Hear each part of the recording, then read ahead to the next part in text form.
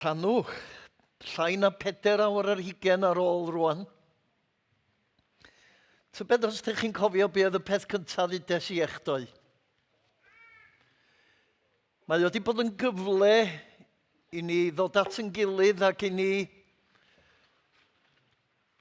adael i ddiw ddelio hefo pethau yn bywydau ac yn calonnau ni.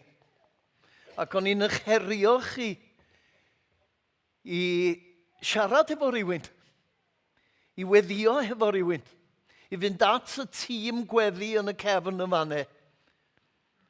Mae'r rhaid i ni fod yn bobl sydd yn plygu o flaen Duw ac yn ei geisio fo, os ydyn ni am weld Duw yn symud yn nerthol yn y wlad yma eto.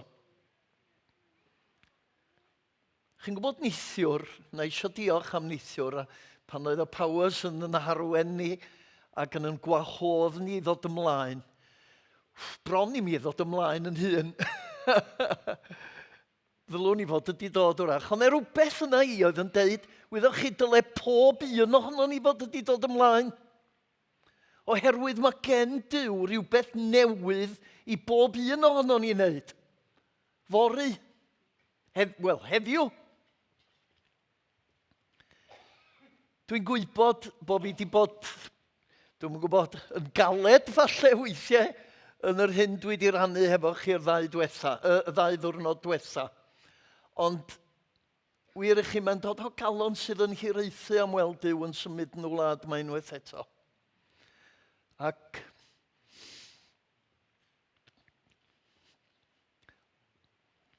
sori.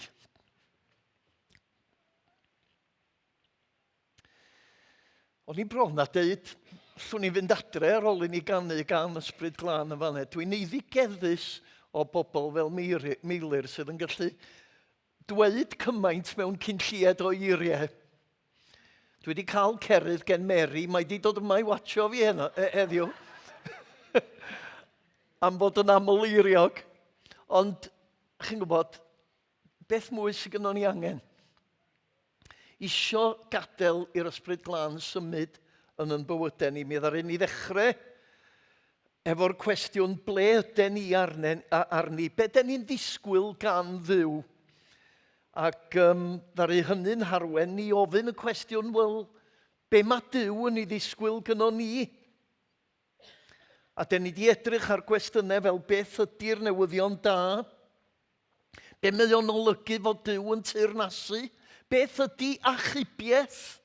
O'n i'n trio dweud ddoe yn bod ni wedi crebachu'r gair i olygu just derbyn Iesu Grist. Chi'n gwybod, tra mae y gair achubiaeth yn golygu, dyn ni'n mynd ymlaen o fanau.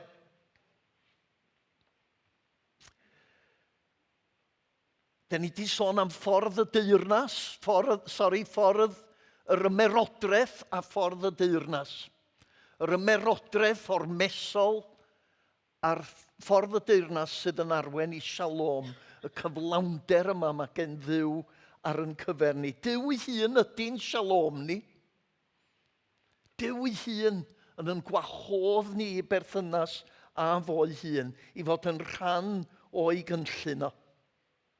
Dwi'n gwybod falla'ch bod chi wedi disgwyl i mi fynd i Marc pennod 10 eto.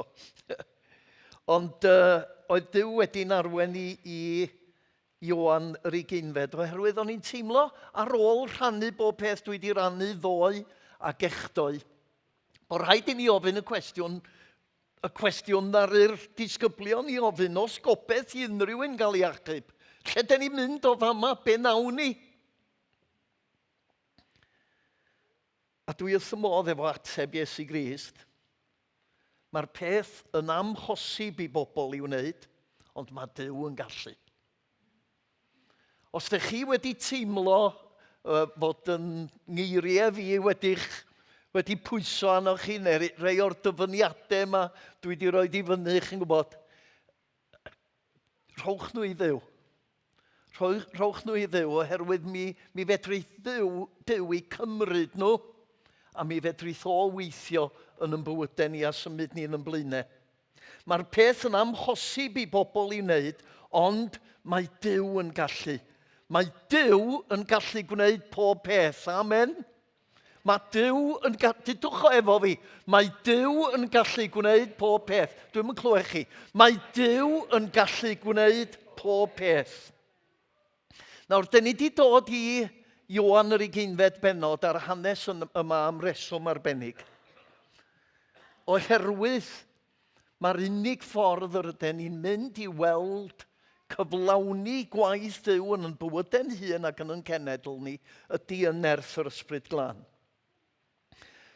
Ac yn yr hanes yma sydd newydd gael ei ddarllen, mae'r disgyblion wedi clywed gen Mair Magdalen a'r gwragedd am atgyfodiad Iesu.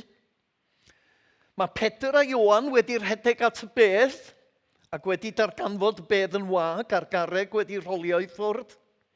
Roedd y ddau ar y ffordd i Emmaus wedi mynd yn ôl i Jerusalem i ddweud wrth yr apostolion am y profiad oedden nhw wedi cael. Ond gesiwch be? Oedd y disgyblion yn dal tu ôl i ddrysau wedi cloi.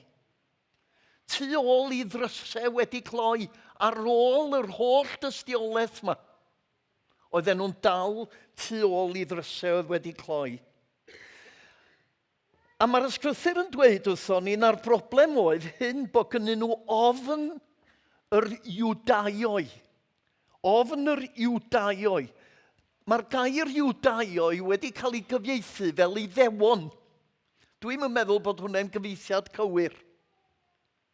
Dwi wedi gyfieithu fel yr arweinwyr Iddewig. Fe allech chi gyfieithu o fel y Jwdeaid, pobl Jwda. Right? Y Jwdeaid. Oedd Iesu Grist ei hun yn Iddew. Oedd y disgyblion yn Iddewon. Right? Nid ofn yr Iddewon a ddari hynny arwen at... Mae'r cyfeithiad wedi arwen at lot o wrth-semitiaeth a rhywbeth felly. Ofn yr arweinwyr, ofn pobl y sefydliad, ofn y bobl oedd yn cefnogi yr ymerodraeth oedd ganddyn nhw. Ac oedden nhw'n cuddiad oddi wrthyn nhw tu ôl i ddrysau oedd wedi cloi. Yr arweinwyr Iddewig mewn Jerusalem oedd bobl y drefn, bobl y system, bobl y sefydliad, y bobl oedd yn cydweithio hefo'r ymerodraeth. Da ni'n darllen benod yn gynharach yn Ioan 19. Gadwch mi just darllen y geiriau i chi.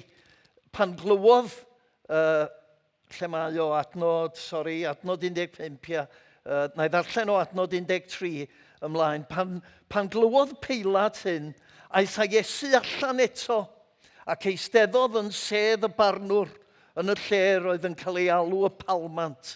Gabathan Hebraeg.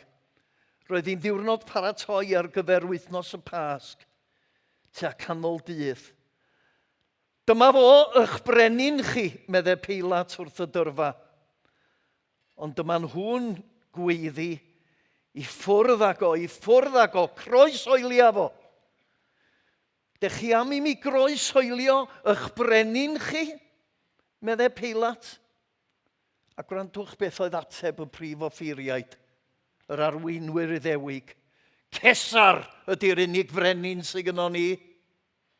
Cesar ydy'n unig frenin ni. Chi weld o?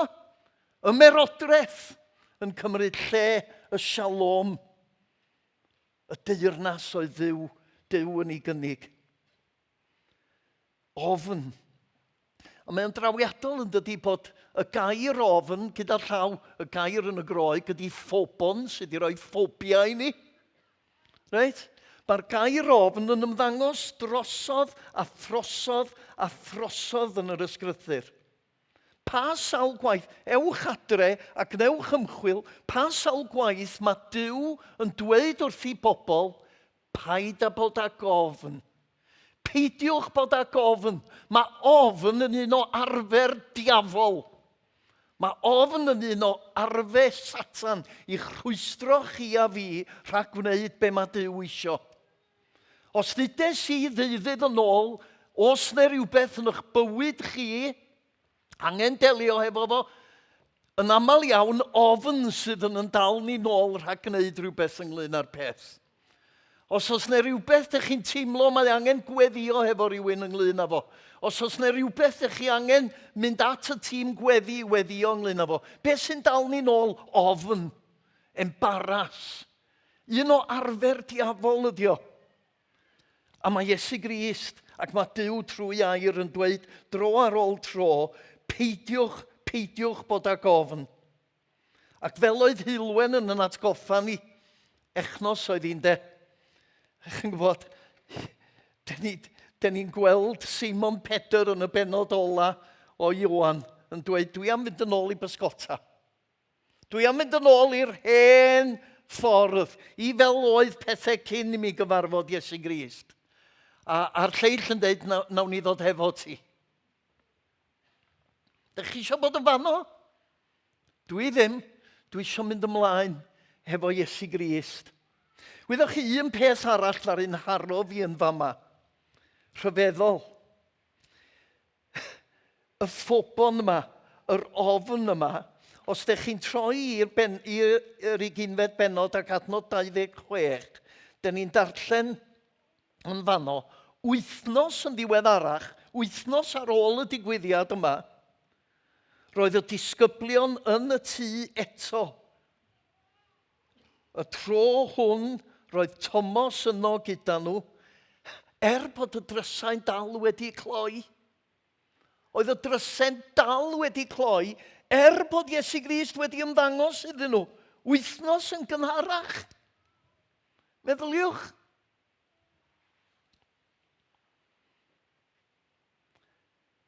A mae o'n adlewyrchu ymateb y disgyblion i'r gwragedd hefyd yn dydi.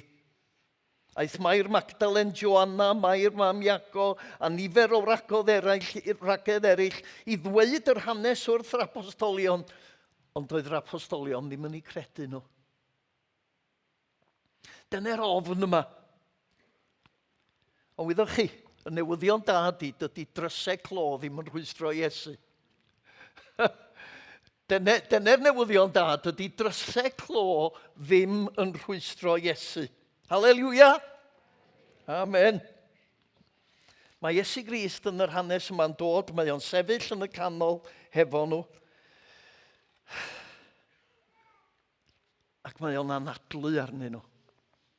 A wyddwch chi, dwi wedi clywed gymaint o dystiolaethau o bobl sydd yn cael eu herlyd a'i camdrin a'i carcharu mewn gwledydd ar hyd a lled yn byd ni. Mae'r ffaith bod nhw'n gwybod bod Iesu hefo nhw yn gysur aruthrol iddyn nhw. Yn gysur aruthrol iddyn nhw. A dwi eisiau gofyn, dych chi'n gwybod, pan fyddwn ni'n mynd o Llanw heddiw, dych chi'n gwybod bod Iesu hefo chi?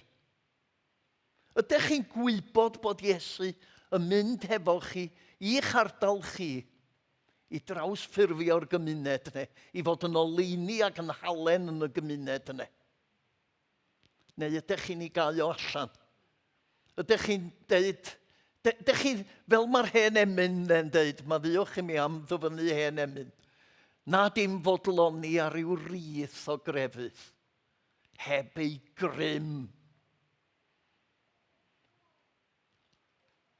Mae cyfarchiad Iesu fama, y shalom, yn gyfarchiad digon cyffredin, ac eto mae o'n rhyfeddol o bwerus. I eiriau fo, mae'n debyg oedd shalom alechem. Dyna mae Iddewon yn ei ddefnyddio i gyfarch i gilydd. Heddwch a fo gyda chwi. Roedd Iesu cyn mynd i'r groes, y diafo bydde fo'n rhoi heddwch iddyn nhw. Di adnod 14, Ioan 14:27 i fyny fama yndi. Heddwch, dyna dwi'n ei roddi chwi. Yr heddwch go iawn sydd gen i a neb arall i'w roi i chi. Dwi ddim yn rhoi heddwch yn y ffordd mae'r byd yn ei roi. Peidiwch cynnwyr. Dwi ddim yn rhoi heddwch yn y ffordd mae'r byd yn ei roi. Dwi'n licio hwnna, oherwydd oedd Iesu Grist yn cynnig shalom. Oedd yr Hifiniad yn cynnig y Pax Romana. Yr heddwch sydd yn cael ei orfodi ar bobl trwy filitariaeth. A wedyn, da ni'n gofyn y cwestiwn o lle mae'r heddwch yn dod. Ydy adnod 25 a 26 yn ei gynnau? Chi'n gweld? Dwi'n gweld nhw o fama. Dwi wedi dweud y pethau yma tra dwi gyda chi. Ond mae un fydd yn sefyll gyda chi. Mae un fydd yn sefyll gyda chi, sef yr Ysbryd Glân. Yr un fydd yn sefyll gyda chi, dwi'n gwybod bod o'n 1, 2, 3, 4, 5, 6 gair, ond un gair ydy o'n y Groeg. Parakletos. Parakletos. Mae o'n cael ei gyfieithu yn Beibl William Morgan fel diddanydd. O'n i'm yn gallu defnyddio hwnnw oherwydd da ni'n defnyddio'r gair diddanydd heddiw i olygu entertainer. Yndden, cael eich diddannu, felly. Eiriolwr yn air posib arall yn Saesneg, helper, advocate, comforter. Y syniad ydy bod o yne'n sefyll gyda chi bob amser. A dyna mae'r Ysbryd Glân yn ei gynnig i ni. Dyma mae'r Parakletos yn ei gynnig i ni. A mae o'n air, yr gair shalom, yn air sydd yn cael ei ddefnyddio dro ar ôl tro yn yr ysgrythur. Mae Paul yn ei ddefnyddio fo ar ddechrau pob un o'i lythyrau. Yn yr hen gyfeithiad, gras a thangnefedd i chwi. Ynde? Gras, charis, shalom, dwi'n eirennau yn y Groeg, ond shalom. Oherwydd dwi'n siŵr bod Paul fel Iddew wedi facu fel Iddew yn cario yn y gair eirennau holl gyfoeth ac arwyddocad y gair shalom. Mae'n fwy na heddwch iddo fo. Mae o'n golygu cyflawnder, cadernu, lles, popeth sydd yn dda. Mae'r gair Hebraeg, mae'r gair Hebraeg sydd wrth i'w rai iddo, y gair shalam, yn golygu gwneud popeth yn iawn. Gwneud popeth yn iawn. Shalom. Right? A dyna mae Iesu Grist yn ei gynnig i ni. A dyna ni'n gweld clawenydd y disgyblion pan welon nhw Iesu. Oedd Iesu wedi addo y byddai tristwch nhw yn troi yn lawenydd. A wedyn yn syth wedyn mae gynnon ni gomisiwn Iesu Grist. Y comisiwn fel mae o yn Efengil Ioan. A'r pwyslais sydd yn comisiwn y fama ydy y pwyslais ar ei fuddod Iesu. Fel yr anfonodd y tad fi. Chi'n cofio Iesu Grist yn dweud i fod wedi gwneud bob peth oedd y tad wedi gofyn iddo fo wneud. Wedi cyflawni'r cwbl i'r llythyren. Fel yr anfonodd y tad fi, felly dwi'n eich anfon chi. Mae gynno fo isio ni fynd allan yn yr un ysbryd o'i fuddod. Mae Iesu yn anfon i ddilynwyr i'r byd. Dyna pam mae o'n dweud yn y comisiwn ar ddiwedd Efengil Matthew. Mae o'n dweud, dysgwch nhw i wneud popeth dwi wedi dweud wrtho chi. Nid jyst dysgwch nhw i gredu ar pen, popeth dwi wedi dweud wrtho chi, ond dysgwch nhw i wneud popeth dwi wedi ddweud wrtho chi. Mae'n ei adnod yn Effesied 5 bennod. Dwi'n meddwl na hwnna di'r sgrin nesaf, ia. Peidiwch meddwi ar win, dyna sut mae difethach bywyd. Yn lle hynny, gadewch i'r Ysbryd Glân eich llenwi a'ch rheoli chi. Plerwsthe, eich llenwi chi, ond eich llenwi chi yn yr ystyr o reoli'ch bywyd chi. Chi'n gwybod, pan mae pobl wedi meddwi, beth sydd yn rheoli bywyd nhw? Yr alcohol. Dwi wedi gweld digon ar hyd y blynyddoedd, chi'n gwybod? Wel, mae Duw isio i'r Ysbryd Glân fod yr alcohol yna. Mae'n ddiddorol yn dydi bod hanes y Pentecost yn dweud bod pobl yn meddwl mae rhaid i meddwi. Ond llawn o'r Ysbryd Glân oedden nhw. Llawn o'r Ysbryd Glân. Gadewch i'r ysbryd eich llenwi chi a'ch rheoli chi. Mae'n adnod debyg yn y Galatiad, mae Paul yn deud, dylech adael i'r Ysbryd Glân reoli'ch bywydau chi. Gair gwahanol sydd yn fan'na, peripateo sydd yn golygu eich arwen chi. Wneud i chi ddilyn i lwybr o. Ond mae'n bwysig i ni ddweud Pan mae Iesu Grist yn dweud hyn, nid pasio'r baton ymlaen mae o i ni. Nid pasio'r baton ymlaen mae o i ni. Dydyn ni ddim yn cymryd i weinidogaeth o drosodd. Reit? Nawr, wrach bod hwnna'n swnio'n od i chi. Dyn ni ddim yn credu bod Iesu Grist wedi mynd yn ôl i'r nefoedd, mae'r baton wedi cael ei roi i ni, a rwan yn cyfrifoldeb ni ydi o. Pam dwi'n dweud hynny? Oherwydd mae cenhadaeth Iesu Grist ei hun ydy'n cenhadaeth ni. Diolch bwys faint na i brygethu, na i achub neb. Na i achub neb. Yr unig ffordd mae unrhyw un yn mynd i gael ei achub ydy trwy ddiw, drwy'r Ysbryd Glân, weithio trwyddau. Felly mae Iesu Grist yn gweithio trwyddo ni i gyflawni fwriad. Nid ni sydd yn gwneud y gwaith ar ei ran o.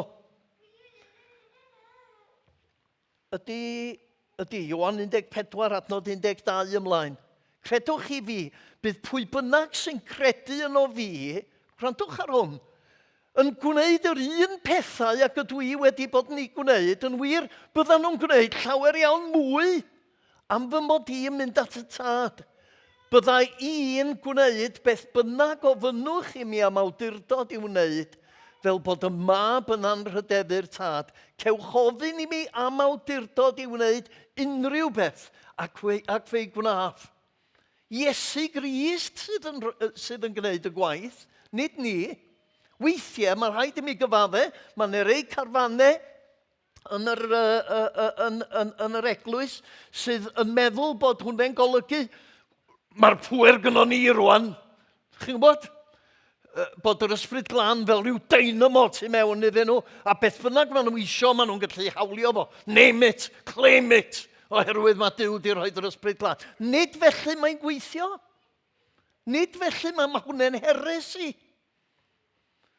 Be sydd yn digwydd ydy yn bod ni'n agor yn calonau i Dduw a gadael iddo fo i'r Ysbryd Glân i Iesu hun weithio trwyddo ni. A mae o'n gwybod yn well na ni. Chi'n gwybod beth dwi fod i wneud efo'r ffaith bod fi wedi gweddio unwaith dros ferch ifanc, plentyn, oedd yn marw o gancr a gweddio ar ei Dduw i hachau hi. A fe oedd hi farw'r diwrnod wedyn. Oedd Duw yn gwybod yn well. Dwi'n meddwl bod Duw yn ddig efo fi am ofyn ac am ddymuno hynny. Ond mae rhaid i ni fod yn agored i'r Ysbryd Glân weithio trwyddo ni. Dydyn ni ddim wedi cymryd drosodd i waith o ydi o yn gweithio trwo ni. Arwyddocad yr Ysbryd Glân ydy bod ni'n agored i Iesu barhau i weinidogaeth trwyddo ni.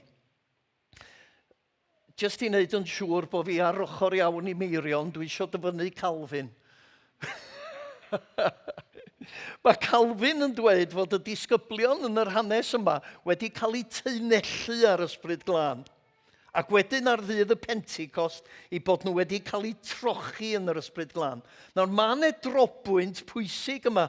Mi roedd yna ddechrau newydd. Mae o'n yn hatgoffa ni. Mae be ddigwyddodd yma yn hatgoffa ni o hanes creu yn dydi. Be nath Duw anadlu yr ysbryd yn anadlu bywyd i'r corff oedd o wedi greu ynde. Neu, ydych chi'n cofio'r hanes yn Esekiel, dyffryn yr esgyn sychion, pan den ni'n galw ar y gwynt i ddod, a mae'r gwynt yn chwythu anadl i mewn i'r cyrff. Esgyrn oedd wedi cael cnawd ac yn y blaen, ond heb yr anadl doedden nhw dda yn byd. A mae'r un peth yn wir amdano ni yn ysbrydol. Mae'n bosib na gweithred o anogaeth sydd yma'n pwyntio ymlaen at y Pentecost. Mae gynnon ni gyd angen yn llenwi dro ar ôl tro ar Ysbryd Glân. Mae Cristnogion yn aml iawn wedi sôn am rhyw fath o 2 stage, os liciwch chi, yn bywydau ni. Bod ni'n cael yn cyfiawnhau trwy ffydd yn Iesu Grist, a wedyn bod ni'n cael yn sancteiddio. Y broblem ydy efo hwnna, dwi'n teimlo, weithiau, da ni wedi cymryd y sancteiddio fel bod o'n golygu bod rhaid i ni dyfu yn yr image ma o fod yn fwy sanctaidd. Chi'n gwybod, bod pobl yn gweld ni fwy diwiol nag oedden ni flwyddyn diwetha. Nid dyna beth ydy sancteiddio. Pan ydych chi'n darllen yr ysgrythur yma, yn ei gyd destun Iddewig, ynde? Ac yn deall ac iddew oedd Iesu Grist, iddew oedd Paul, mi rydych chi'n sylweddoli bod yr Iddewon yn ystyried sancteiddio, a dyma'r dehongliad Iddewig, unrhyw weithred sydd yn dod ag anrhydedd, parch a gogoniant i Dduw. Dyna oedd sancteiddio ni golwg nhw. Nid mater o'n gwneud ni polish o'r helo ac yn y blaen, chi'n gwybod? Ond yn bod ni'n gwneud beth oedd Duw wedi'n galw ni wneud. Dyna di sancteiddio. Yn bod ni yn cael yn gwneud yn debycach i Iesu Grist ar ei gyflawni ewyllus i dad yn berffaith. A mae o eisiau'n bywydau ni fod yr un fath. Ar y cam pwysica, os liciwch chi, neu yr weithred eithaf o sancteiddio yng ngolwg yr Iddew, oedd merthyrdod. Bod chi'n marw dros yr hyn oedd eich chi'n ei gredu. Nawr, da ni'n darllen yr ysgrythur yn hanes Nicodemus bod y gwynt yn chwythu bob cyfeiriad. Ti'n clywed ei sŵn, ond ti ddim yn gallu dweud o ble mae'n dod nac i ble mae'n mynd. Felly hefyd y mae hi gyda phawb sydd wedi geni drwy'r ysbryd. Dydy'r ysbryd fel dides i ddim fel rhyw dynamo tu mewn i ni. Da ni'n meddwl, chi'n bod, mae'r syniad fod yr ysbryd yn trigo mewn ni yn syniad cymleth. Be da ni'n ei ddweud? Bod ni'n ddwyfol bellach? Neu bod ni wedi cael rhyw bit o'r ysbryd glân neu rhywbeth? Dwi'n ei weld o fwy fel, mae'r llenni yma wych, bod y llen wedi agor. Bod Duw wedi dod i mewn a hyd yn oed ar yr adegau yn bywyd ni, pan mae y llen ar gau, os liciwch chi, pan mae'n calonau ni'n galed, mae Iesu Grist, y Crist byw, yn dal i fedru camu mewn. Reit? Mae o yne. Ac mi rydyn ni i symud ac i ymateb iddo fo. Mae o'r un fath ar drysau clo wedi cael ei hagor, mae'r galon yn agored, a dyn ni'n ymateb i arweiniad a symudiad yr ysbryd glân yno ni a thrwo ni. Gwaith Iesu Grist ydi o, nid yn gwaith ni. Fo sydd yn parhau i weinidogaeth trwy'r ysbryd trwy ni. Dych chi'n ei weld o? Wrth i ni gyhoeddi'r Efengil, wrth i ni bendithio, wrth i ni wasanaethu, wrth i ni ddod a gweddio dros bobl, Iesu Grist sydd ar waith yno ni a thrwo ni.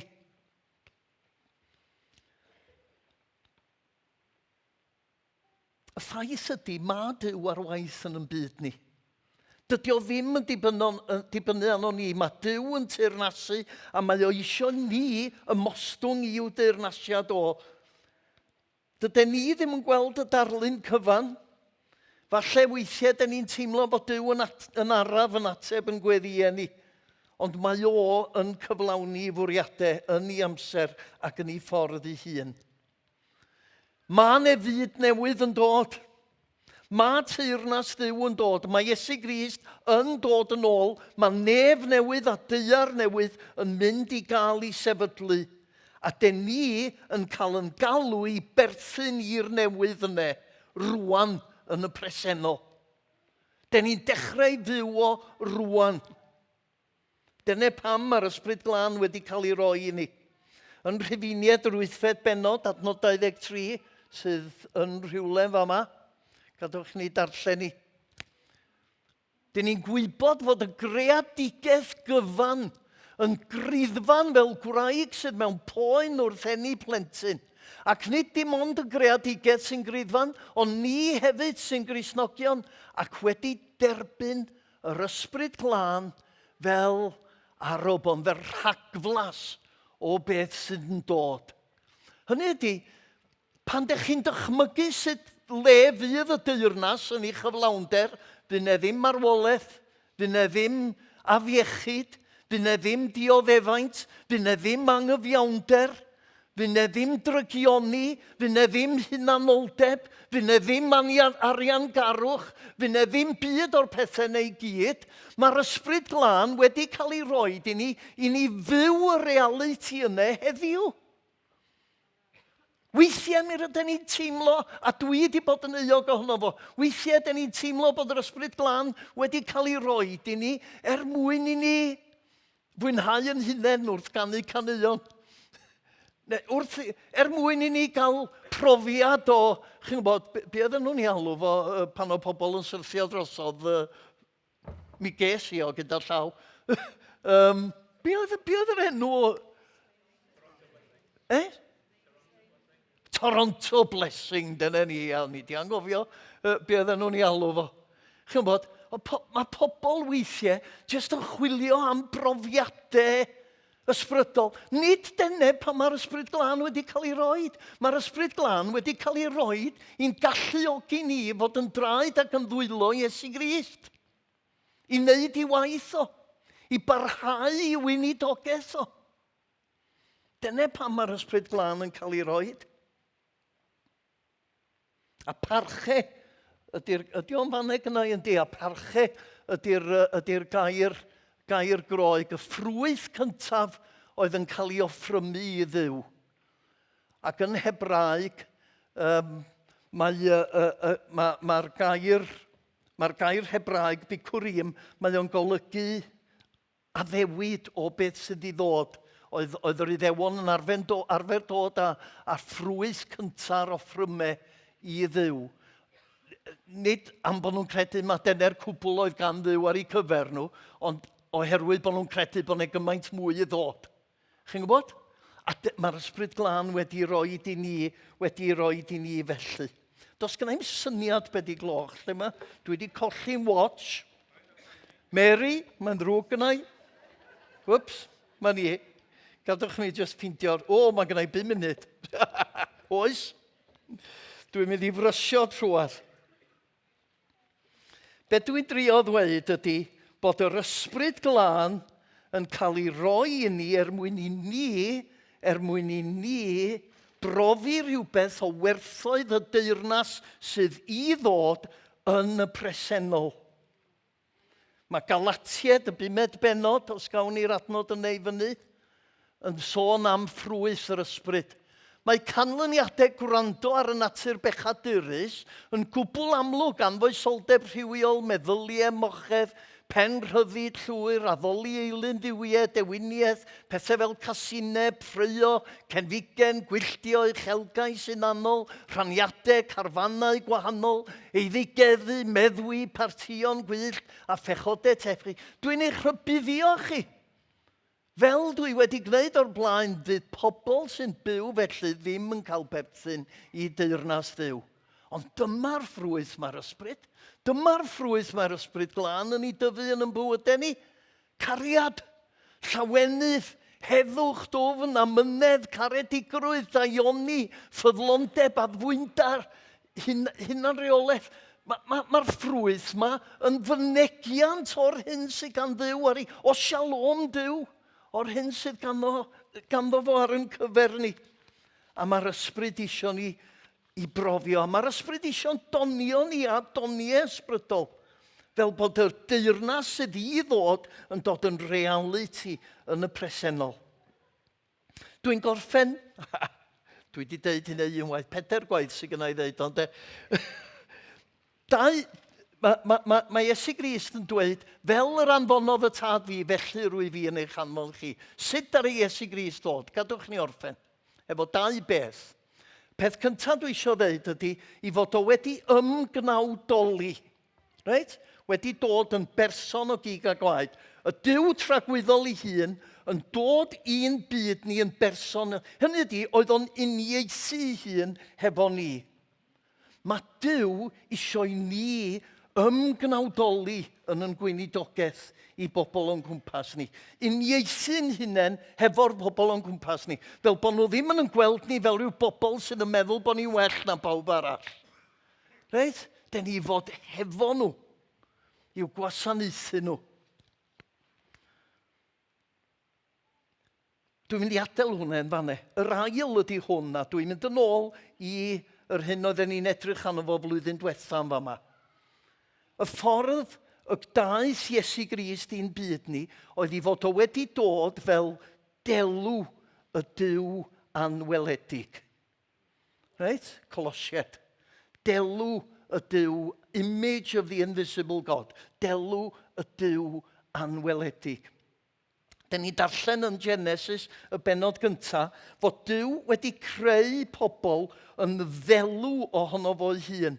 Tselem Elohim. Tselem, y gair tselem yn gysylltiedig â'r gair tsel yn yr Hebraeg. Ac ystyr y gair tsel ydy cysgod. Tas yna ole llachar yn disgleirio yna i rwan, fyddai'n cysgod i tu ôl. Yn cysgod, mae o'n adlewyrchu pwy ydw i, chi'n gwybod? Dyna pam mae'r Beibl yn yr Hen Testament, dyna pam mae'r Beibl yn dweud na ddylen ni addoli eilunod, oherwydd ni ydy'r eilun. Chi'n dallt? Ni ydi o, dyn ni'n addoli eilunod tu allan i ni. Mae Duw wedi'n creu ni ar ei lun a'i ddelw ei hun. Ac mi rydyn ni i fod i adlewyrchu sut un ydi o. Ac mi roedd Iesu Grist ei hun yn gwneud hynny yn berffeth. Edrychwch ar Colosied y benod gyntaf, adnod 15. Dwi'n credu bod i yma yn rhywle. Nesa? Ia? Na, dydy ddim yn enag di. O, na chdi. Lle mae di mynd? Wel, wir, fe rhaid i mi droi iddi. Rhaid chi roi 5 munud extra i mi. Colosied, gadwch mi ddarllen, gyda eisiau darllen yr geiriau'n union fel maen nhw. Colosied y benod gyntaf ac adnod 15. Am Iesu Grist, mae'n dangos yn union sut un ydy'r Duw anweledig. Y mab hynaf wna throi ei hun dros y greadigaeth gyfan. Fo di delw y Duw anweledig. Deud y gwir, dwi'n mynd i orffen trwy ddarllen yr rhan yma o Colosied. A gobeithio byddwch chi'n gweld i berthnasedd i'r hyn dwi wedi trio rannu dros y 3 diwrnod diwetha. Dwi'n mynd yn ôl i adnod 9. Ac felly, da ni wedi bod yn dal ati i weddio drosoch chi ers y diwrnod y clywon i hynny. Da ni'n gofyn i Dduw ddangos i chi yn union beth mae o isio, ac gwneud chi'n foes i allu deall bethau ysbrydol. Pwrpas hynny yn y pen draw ydy, gwrandwch, i chi fyw fel mae Duw am i chi fyw, i blesio fo ym mhob ffordd, drwy fyw bywydau sydd yn llawn gweithredoedd da o bob math, a dod i nabod Duw yn well. Da ni'n gweddio bydd Duw yn defnyddio'r holl rym anhygoel sydd ganddo i'ch gwneud chi'n gryfach ac yn gryfach. Wedyn byddwch chi'n gallu dal ati yn amyneddgar a diolch yn llawen i'r tad. Fo sydd wedi'ch gwneud chi'n deilwng o dderbyn eich cyfran o beth mae wedi galw i bobl ei hun yn hyrnas y goleuni. Mae o wedi'n hachub ni o'r tywyllwch oedd yn ein gormesu ni. Mae wedi dod â ni allan o'r system. Mae wedi dod â ni allan o'r ymerodraeth. Right? Ac mae wedi dod â ni i'r deyrnas, dan deyrnasiad y mab mae'n ei garu, ei fab sydd wedi'n gollwng ni'n rhydd. Mae wedi madden pechodau ni. Mae'n dangos yn union sut un ydy'r Duw anweledig, y mab hynaf na throi ei hun dros y greadigaeth. Cafodd popeth ei greu ganddo fo, popeth yn y nefoedd ac ar y ddaear, popeth sydd i weld, popeth sydd yn anweledig, y grymoedd a'r pwerau sy'n llywodraethu a rheoli, cafodd popeth ei greu ganddo fe i'w anrhydeddu o. Roedd yn bodoli o flaen popeth arall. Fo sydd yn dal y cwbl gyda'i gilydd. Fo hefyd ydi pen y corff sef yr eglwys. Fo ydi ffynhonnell i, y cyntaf i ddod yn ôl yn fyw. Felly mae o'n ben ar y cwbl i gyd, achos roedd Duw yn gyfan wedi dewis byw ynddo ac yn cymodi popeth ag ef ei hun drwyddo. Pethau ar y ddiar ac yn y nefoedd, daeth a heddwch drwy farw ar y groes. Wow! Mae Duw yn galw ni i fyw y stori yna heddiw. Mae o'n galw ni, mae o'n rhan o'n tasg broffwydol ni i sefyll yn erbyn y grymoedd sydd yn caethiwo pobl. Dyn ni'n cael yn galw i gyhoeddi'r gwirionedd am yr hyn sy'n groes i ewyllus a bwriadau Duw. Mae gwerthoedd y system economaidd sy'n rheibio'r tlawd yn groes i ewyllus Duw. Mae'r trais a'r casineb dyn ni'n ei weld yn y byd yn groes i ewyllus Duw. Mae popeth mari, y plastig sydd yn cael ei daflu ar hyd a lled y byd. Mae o'n groes i ewyllus Duw. Mae Rachel yn wraig yn deud y mod i ag obsesiwn ynglyn â sortio allan ailgylchu yn y tŷ. Mae, chi'n gwybod, plastig meddal y fanne, plastig caled. Dwi weld o fel rhan o'n weinidogaeth, oherwydd mae llygru y ddeiar hyfryd mae Duw wedi greu yn groes i ewyllus Duw. Reit o, dwi yn gorffen tro yma. Martin Geraint, wrth ei ffrwythau yr adnabyddwch wynt. Os ydy'n bywydau ni'n mynd i ddwyn ffrwyth, mae'r rhaid i ni fod wedi'n gwreiddio'n ddofn yn y wynwydden. Mae'n bywydau cyfan ni i fod yn weithred o addoliad. Dudes i ddoed, dwi'n credu neu echdoi, mae addoliad mewn gwirionedd ydy'r broses o roi y lle canolog i Dduw yn bywydau ni. Ddudodd dyn o'r enw Oswald Chambers hyn, the best measure of a spiritual life is not its ecstasies, but its obedience. Right? The best measure of a spiritual life is not its ecstasies, but its obedience. Dwi isio gofyn i chi, ydy'r efengil am be mae Duw yn gallu wneud i mi? Ydy'r efengil just am fi yn cael yn achub? Neu ai stori Duw sydd yma, a Duw yn gwahodd ni i fod yn rhan o'r stori honno?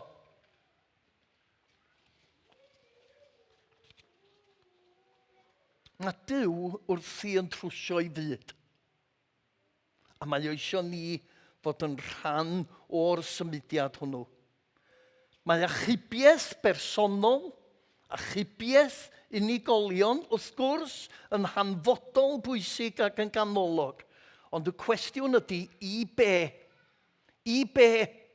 I fod yn rhan o'r deyrnas o shalom, y cyflawnder, y perffeithrwydd, y popeth yn ei le, mae Duw yn galw ni i fod.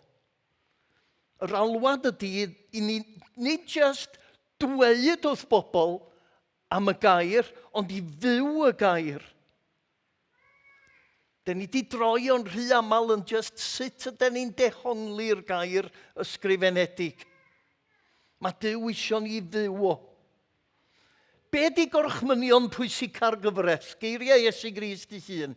Caru Duw, a be di'r llall? Caru'n gilydd, caru cydddyn. A mewn man arall mae Iesu Grist yn deud fel yma, mae materion pwysig ar gyfraith ydy byw yn gyfiawn, bod yn drigarog ac yn ffyddlon i Dduw. Matthew 23:23. A geiriau ola Iesu Grist. I gomisiwn o, dwi wedi cael awdurdod llwyr i reoli popeth yn y nefoedd a'r ddaear, medde fo. Felly ewch i wneud pobl yn ddisgyblion i mi, nid jyst yn gredinwyr, nid jyst pobl sy'n ticio'r bocsys, ond yn ddisgyblion i mi. Dysgwch nhw i wneud popeth dwi wedi ddweud wrthoch chi. A be di eiriau ola fo? Rhywun yn gwybod? Bydda i gyda chi.